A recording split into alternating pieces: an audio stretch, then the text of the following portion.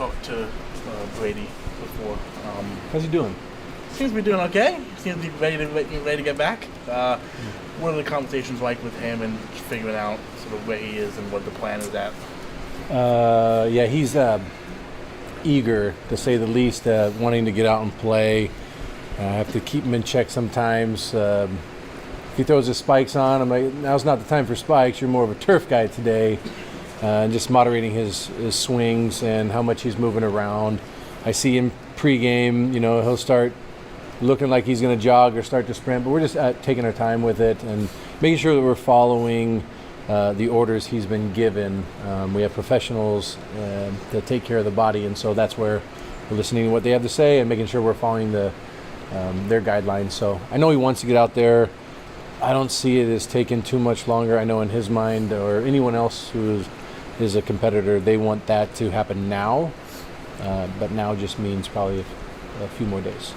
Specifically tough for him just because of, this is his last year and, so much expectations on him. How have you seen him kind of handle that behind the scenes? I imagine he's sounded frustrating, but he's keeping his spirits up. Yeah, I think when you bring it up to him, you can kind of let your emotions out a little bit on it, but really at practice, I've kind of encouraged him to pour into some of the other guys.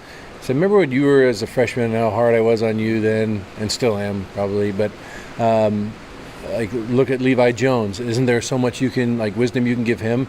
Sometimes just pouring into another guy can distract you a little bit from your own personal emotions. So that was kind of our message as we were down in Southern California on our way back was, don't worry about yourself. Get out of your own way. Do your work, do your job, but at the same time, every time you're digging on yourself, direct it somewhere else and start trying to help somebody else out.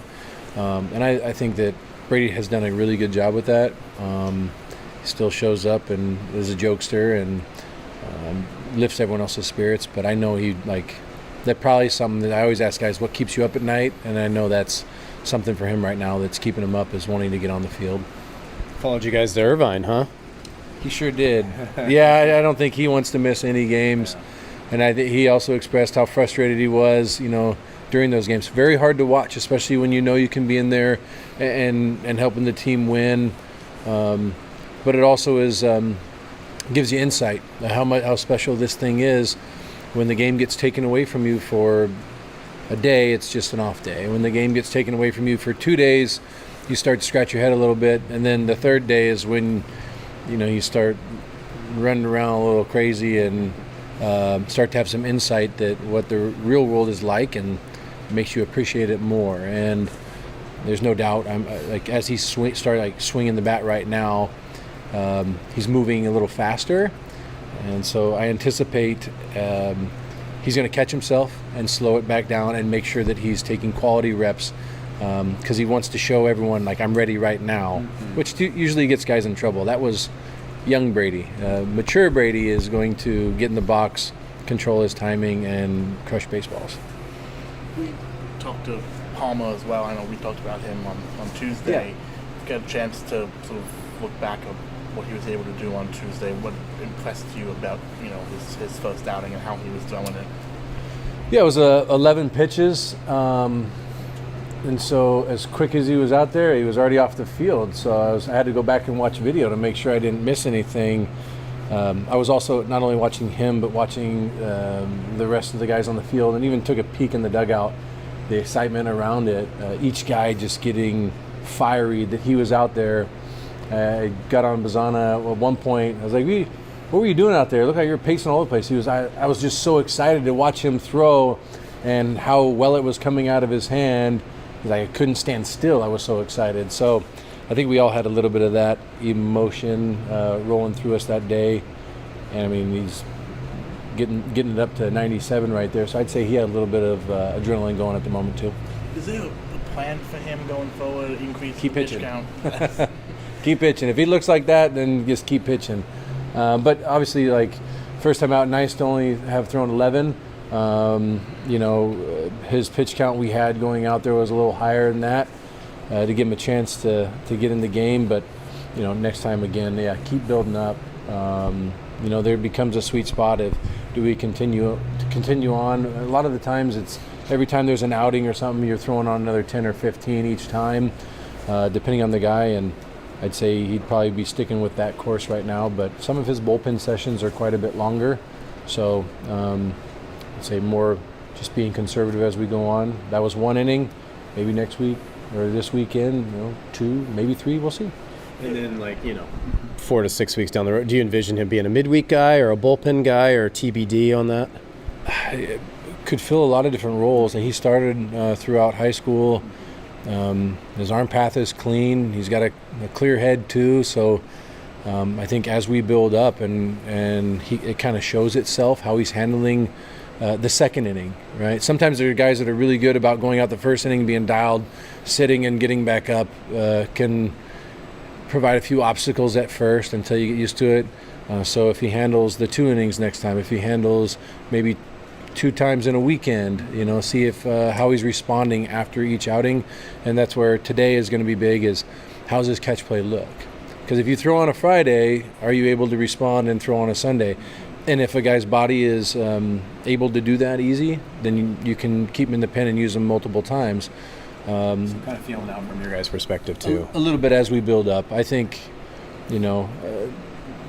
I mean, he just wants the baseball all the time, but if he gets a couple innings and he handles the second up really well again, then we maybe try the third up as well, and just try to keep our eyes on it. As when is it starting to go down the other way, or is it continuing to rise? There are some other guys that the first inning may not be as clean, but that second and third inning get better and better. So you got to express some patience, but I usually like it when they go out right away and do a good job. Him and Kyle coming back, obviously the same. It's almost like an infusion of talent there, trade deadline kind of acquisitions. You know what I mean? Yeah. Just bringing them both back now, what does that do for the staff in general? I think when we were looking at the calendar and we had an idea when that timeline was, we were kind of looking at that date going, I can't wait for this day. This is going to be exciting. But there's no doubt it strengthens the depth, and other guys are going to be motivated too. And there's other high quality arms like that. Everybody has to keep improving. Sometimes when there's not as much pushing on you, you can become complacent to an extent.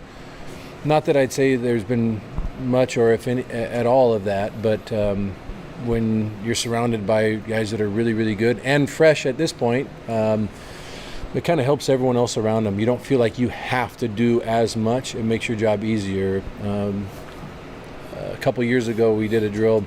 We had a guy throwing on the mound, and we were having trouble throwing strikes. So we put everybody on defense. I'm talking everybody in the clubhouse on defense behind him against one of our hitters in a scrimmage. So it's essentially 40 versus 1, getting the idea that you have so many people that have your back. And he went out there and filled up the zone, actually struck 2 of the 3 guys out that he faced because he was throwing strikes. Hard to strike a guy out if you're not throwing strikes. And, he had expressed that just felt so good knowing that I have all of this with me. I'm not alone. And so when you have other guys behind you in the pen, or if you had if we had a rough game, there's something to look forward to knowing, hey, I got Segura right behind me. I got Komatsu right behind me, or May's the next guy up, or whoever. There's a sense of calm that comes with having more depth and guys like that are bringing that new energy. So as everyone else is starting to maybe feel fatigue come in a little bit, these young, fresh arms are hey, let's roll, man. What are we slowing down for? I mean that with Palmer and Scott. Scott being an upperclassman, but still young. He's still young at heart. You. Yeah, well, thanks. Very young to me. Right. Is that Phoenix, the drill? What's that? The Coop? Phoenix? Who was out there on the mound? No, that was Washburn a handful of years ago. Yeah, and he had really good stuff, and he's over still pitching right now, but great young man. And you go Ole Miss there anyway? He did for 1 year and then moved over, but try stuff like that.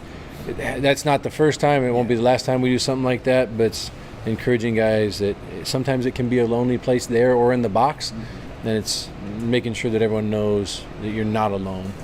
So, what is Micah's status for the weekend? Continuing to improve. That was the report I just got. I'm curious to see how he moves around in practice today, so I'm going to be paying close attention to that. Is it his quad again? No, no legs. No legs. No, his legs are good. Legs are moving. Still can beat me in a race, which doesn't say a whole lot. But